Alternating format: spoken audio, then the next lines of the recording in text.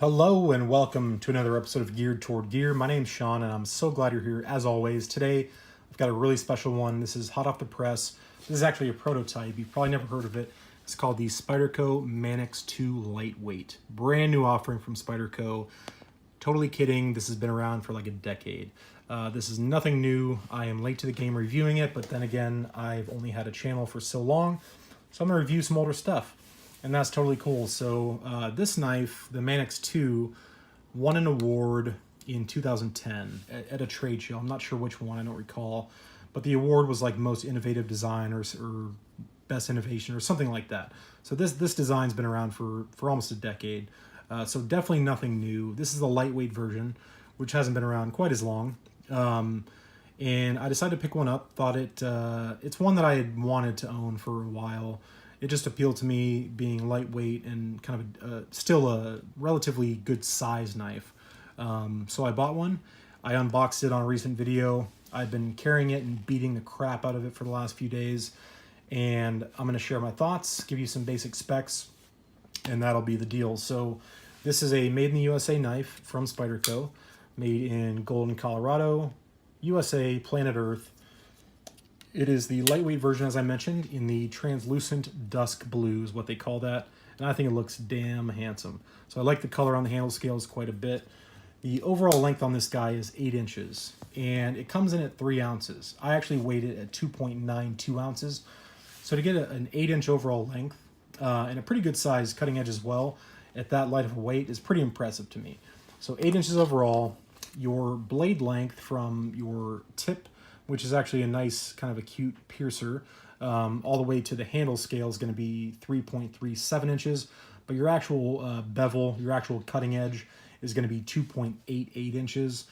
So just under 3 inches of actual cutting edge, which is, I think, a good, perfectly, good length for EDC. The blade shape is a drop point, but it's definitely got that classic kind of leaf shape design that's just screams Spyderco. It's a very identifiable blade shape. So I do like the blade shape. It's a satin finish, and the blade steel is CTS BD1. Now, BD1 steel is made by a company called Carpenter. It's an American company, and they developed this steel at the request, as I understand it, of Spyderco to kind of create a new steel. And from the research I've done, and I've owned 2 other knives in BD1 steel, is that it's not a high-end steel. So you've kind of got your low end, your medium, your high end, and then your super steels is kind of the 4 categories that I tend to think of them. This would definitely be a medium steel. It's not high end and it's not a super steel. People would tell you that it's similar to 8CR13 or AUS 8. However, and this is a big however, it's going to have it's going to be a little harder. It's going to have better corrosion resistance, better edge retention, and be just a little harder to sharpen than some of those softer steels like 8CR13. So it's definitely better than 8CR. Don't get me wrong, but it's not something to write home about in terms of quality. It's kind of just a mid-range steel that's perfectly fine for EDC. I'm not a big steel snob. I could care less if it's 1095, 420, AUS, whatever, all the way up to your super steels. As long as you take care of it, it's gonna work just fine. And I've never had any problems with BD1 steel, so that's my quick little aside on BD1. The handle length here is 4.66 inches, so a good size handle, again, for a knife that weighs under 3 ounces. The handle material is what they call fiberglass reinforced copolymer, but it's going to be in the same vein as things like Zytel and FRN and glass-filled nylon, things like that. So it's a variation of plastic, some sort of a polymer. So that's the handle material. Let's talk about the kind of the action and the lockup and the locking mechanism. So the action is quite smooth. There's no grittiness whatsoever. It runs on bronze washers, and the lockup is super, super strong. Up and down, there is zero play. It is just solid as can possibly be. Side to side, if I try hard enough, I can get some side to side play. And that's pretty common with knives that have a plastic scale and no liners, especially being a longer knife, right? If I try hard enough and get enough torque, I'm going to be able to create side-to-side movement, and that doesn't bother me in the least. Up and down play can be a problem, and it can be a sign that your knife is either potentially unsafe or maybe getting to a point where it could become unsafe and where you might actually have a failure of your lockup. And because this has no up and down play, I'm good with the lockup. Side to side, I don't get too worked up about, so perfectly happy with the lockup. The locking mechanism is what they call the ball bearing lock, and it's very similar to an axis lock from Spyderco, or I'm sorry, from Benchmade, in that you've got a tab on each side, you pull down and kind of fling it shut that way. So that's your locking system. I just recently learned this, and people do this all the time. I see it when they open the knife with their, middle finger, and I'll probably screw this up. Oh, I did it. So I feel pretty high speed now that I've done that one time in real life, but I don't actually ever do that in real life. I really don't even use like thumb studs or like, I usually just, that's kind of how I open my knives generally. Every now and then I'll flick it open with a thumb stud or a spider hole, but generally I just kind of slow roll it. And when you open this and just feel that action, it's quite smooth. So good action, good lockup, good locking mechanism, all good things there. It's got a full back spacer, so there's no flow through of any kind, which is, just what it is.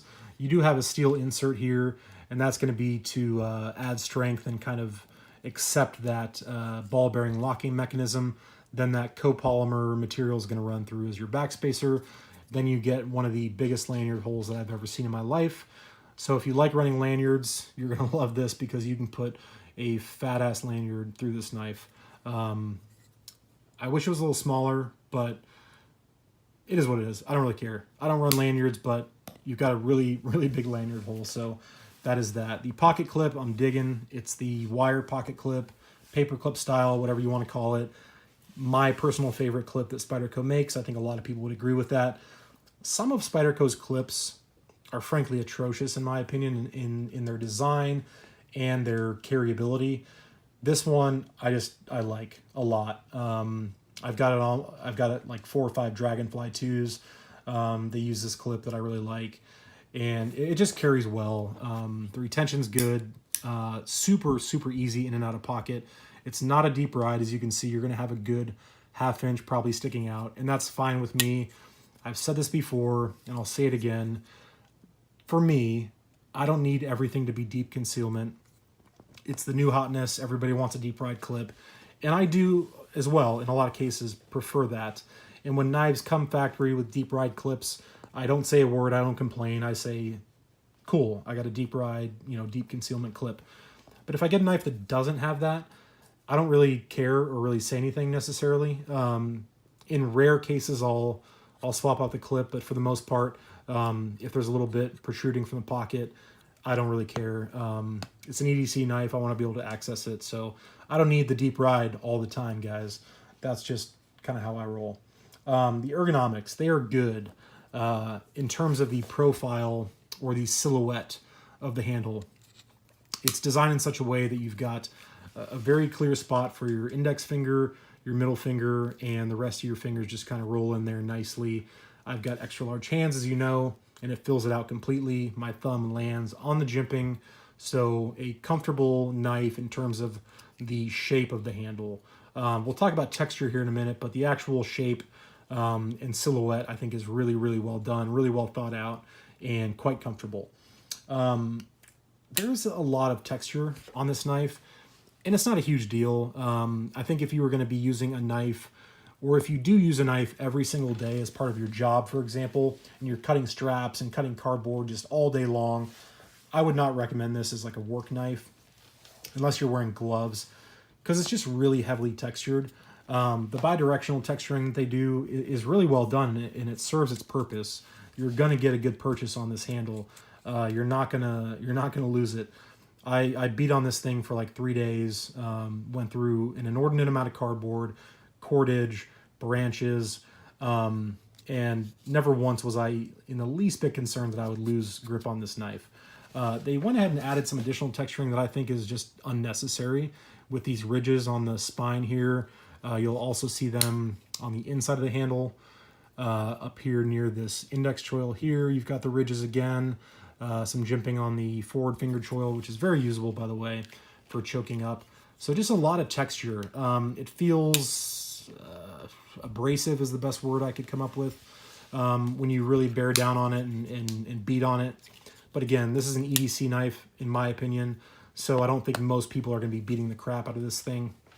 So probably a non-issue for most people. But if you do really hard use your knives or use them professionally, this may not be the best option just because it is a little abrasive when you really get down and beat on it. So that's kind of my overall thoughts on the Manix 2.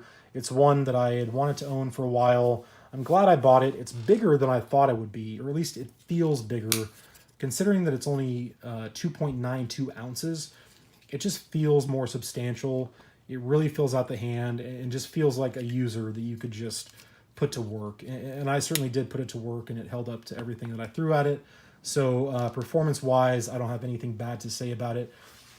I think, though, for my taste, just kind of the dimensions of it, the overall length, this probably won't see a ton of pocket time as far as EDC for me, just based on other knives that I have that I prefer. So I don't know if I'll keep it long term, but I'm glad I tried it. It's a good knife. Is it one of my favorites? No. Is it phenomenal? I would say no, but it's definitely a good knife. And I think I mentioned earlier it comes in at under $100. So now let's quickly check the edge. Again, I put it to pretty hard use for a few days. Haven't done anything to it since, so let's see if it'll still cut paper with that BD1 steel.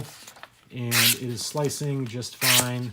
So I can tell you right now, based on what I did to this knife over the last 3.5, 4 days, if this was 8CR13, it would not cut paper. I can guarantee that. So I think the BD1 steel definitely did hold up in terms of its additional edge retention over some of those other cheaper steels. So that's good to see that. And I hadn't tested that until just now, that the edge seems to have held up just fine. And even when we look at it closely, you can still see that kind of factory bevel there. Still looks pretty good, other than the paper that's now stuck to it. So good on the BD1 that it held up and still cuts paper. So that's my thoughts on the Manix 2. Let me know in the comments, do you own a Manix 2, whether it's a lightweight or not? And what are your thoughts on it? Is it one of your favorites? Do you carry it a lot? Have you tried one? Or, I'd just be curious to know, because of all the Spydercos that I own, it would probably be towards the bottom of the list of my favorites, just based on my taste. And everybody's tastes are different, right? So I'd just be curious to know what your thoughts are on this knife if you happen to own one. So that's the Manix 2 Lightweight, made in the USA.